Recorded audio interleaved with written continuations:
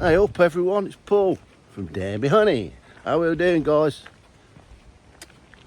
Bit of a quiet one today, this weekend. There's not much to report back home about really. We're just nipping over the field now because I've got a couple of nukes that I'm going to put some Apivar strips in for Veromite. I've decided to leave one of them in the nuke.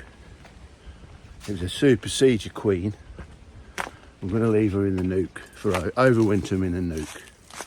See what happens. There's quite a lot of them in there. They're busting at the seams, but it's September nearly, so I reckon we've got a good chance just to leave them in there. If we put them in a big hive, they're going to struggle, I think. But that's what we're going to do. We're going to put two little strips in there, the Apivar strips, and then we'll take them out in about 8 weeks. It's probably about 7 weeks. I think 7 weeks until all the rest of them get taken out, which they would have all been in for 8 weeks. So if I do it like that, I can do it all together. This is a quick 360 of the hives. Look, there they are. It's midday now and they're all coming out for a bit of a fly around. Sometimes the young bees will come out and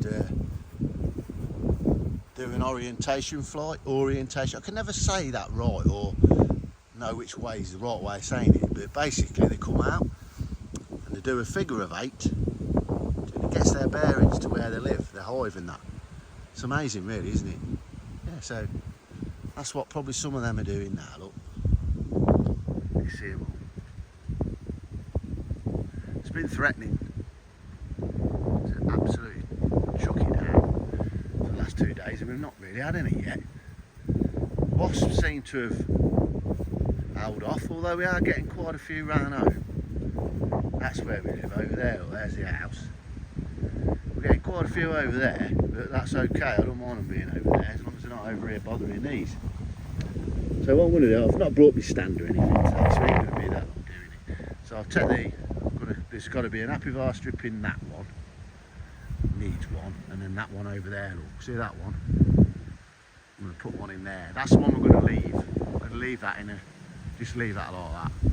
Hopefully get them through winter, feed them up, and should get them all through winter. So let's crack on. There we go then. I've got the strip. Look, here's the strip, Apivar strip. So this is what kills the Veromite. And cocktail still holds it in. What we're going to do, we'll go in this hive now. I'm not getting any smoke out because I'm not intending on being in there that long. We'll go in and out. And just drop one of these on. I'm just going to put the camera down a minute and I'll come back. There we go, look. So you've got to put it in where the brood is. I'm predicting that's where the brood will be, right in the middle of the nest. We'll drop that in there. And that's it. I think I might give them a bit of food, you know, over here. That's it, that's that done. And we'll go and do the next one. I'm going to feed them first. Here's more syrup. Still on 1:1 at the minute. We've not got on to the thick stuff yet. But we'll pour them 2.5. I think that holds about 2.5 litres. We'll give them some syrup and then we'll close them up. Yeah, I'll put syrup in there now. What I'll do as well, dip that in there like that. I'll just sprinkle a bit on the top so they know they've got some in there. Come on, girls. That's it, mates. That's it. I'll stick that back on now.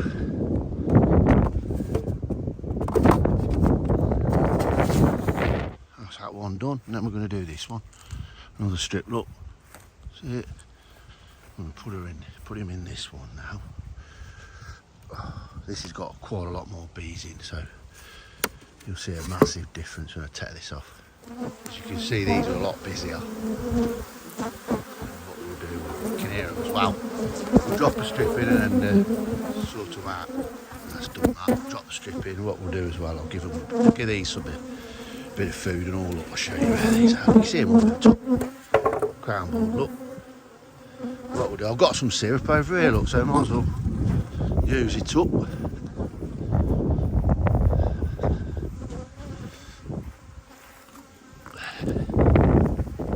I have checked the frames and I can do it a little bit, so we'll put some in. Yeah, the next day, Sunday morning now, so we're just going to go see my mum and dad because I ain't seen them for a couple of weeks.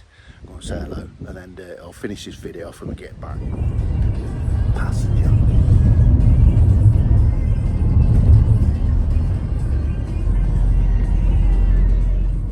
Right, we're over the stables.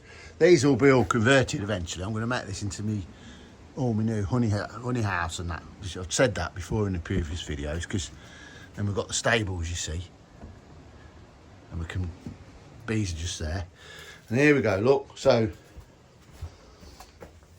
as you're aware, or maybe not aware of, with polysupers, with the traditional beehives and that, they're all made of wood, and you have to sterilise them every now and again. And with the wooden ones, you just get like a big flame burner, you burn them all, give them a good singeing, and it kills all the bugs and germs and stuff like that, diseases, and you can reuse them. Well, obviously with these modern poly hives, you can't do that because it'll melt. So what you have to do, you dip them in an acid. It's a sodium hypochlorite. Really, really strong it is. You've got to be so careful with it. So what I've got here, the setup, what I will do though, I'll do a video on its own how to sterilise and clean polyhives. I'll do that on a separate video. We'll go into it a bit more detail. But basically you've got sodium hypochlorite in there, and it's 5 to 1. So 5 parts water to 1 part of that, and then they're full. And then I've got then plain water as well. So I clean them in that, leave them for 24 hours, and then I put them in there in the fresh water and scrub them all off, and it brings them up like brand new. The only message that I want to get across at the moment is you have to be so careful. You need gloves, overalls, and look, if you look, we've even got safety glasses, because the last thing you want is that acid in your eye. So I just sort of show you that. But what we will do, we'll do a proper one-off video on how to do it in the future going forward. And of course, naturally, I can't come over here and not have a look at my bees. It's really lucky actually we can do this. You know, just pop over home and have a quick look at these ones anyway. The other ones, I'll go up there every day and look at them when I take a dog walk. But I'll just turn the camera on and give you a quick look. So the sun's out now for a second anyway. I think we're going to get a lot of rain. They're all quite busy. Look nice, all the different colours, I think, together. I think they look great. There they are.